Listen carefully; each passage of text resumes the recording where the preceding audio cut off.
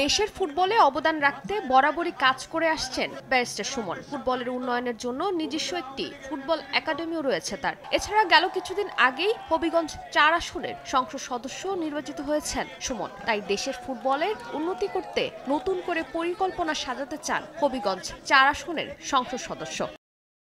তবে এত ব্যস্ততার মাঝেও ফুটবলের প্রতি ভালোবাসা কমেনি সুমনের। সুযোগ পেলেই ফুটবল খেলায় অংশগ্রহণ করেন তিনি। তাই তো ১৫ ঘন্টার সফর শেষে বরগুনার পাথরঘাটায় এক প্রীতি ফুটবল ম্যাচ খেলতে উপস্থিত হন। ম্যাচ খেলতে গিয়ে এদিন শেখ রাসেল মিনি স্টেডিয়াম মাঠের খারাপ পরিস্থিতি দেখে মাঠ সংস্কার করার প্রতিশ্রুতি দেন সুমন। সংসদ সদস্য হিসেবে প্রধানমন্ত্রীর সঙ্গে বরগুনার মাঠ সংস্কার সহ স্টেডিয়াম তৈরি করার বিষয়ে কথা বলবেন বলেও আশ্বাস দেন হবিগঞ্জ ৪ আসনের সংসদ সদস্য।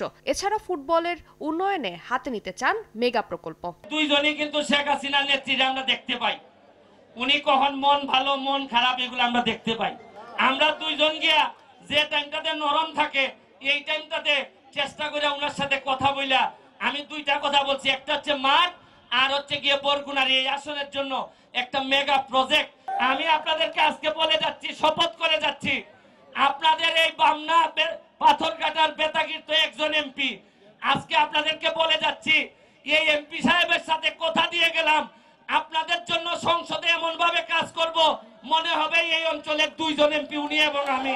এদিন ম্যাচ দেখতে উপস্থিত হন জেলার বিভিন্ন এলাকার হাজারো মানুষ। ব্যারিস্টার সুমন মাঠে এসে উপস্থিত দর্শকদের প্রতি হাত নাড়িয়ে শুভেচ্ছা বিনিময় করেন। এ সময় অনেক দর্শক সুমনের সঙ্গে নিজেদের স্মৃতি সংরক্ষণ করতে সেলফি তোলেন। সংসদ সদস্য পাথরঘাটায় আসছে, তাই আমরা পাথরঘাটার সকল মানুষ এবং দূর দূরান্ত থেকে পাথরঘাটায় সুমন ভাই খেলা দেখার জন্য আসছি। আমাদের এই পাথরঘাটা উপজেলায় ভালো কোনো মাঠ নেই, যদি মাঠ থাকতো তাহলে আমরা আরো ভালোভাবে খেলতে পারতাম, আরো ভালোভাবে উপভোগ করতে পারতাম খেলাটা।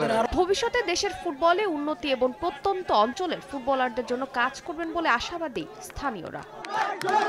সময় সংবাদ, বরগুনা।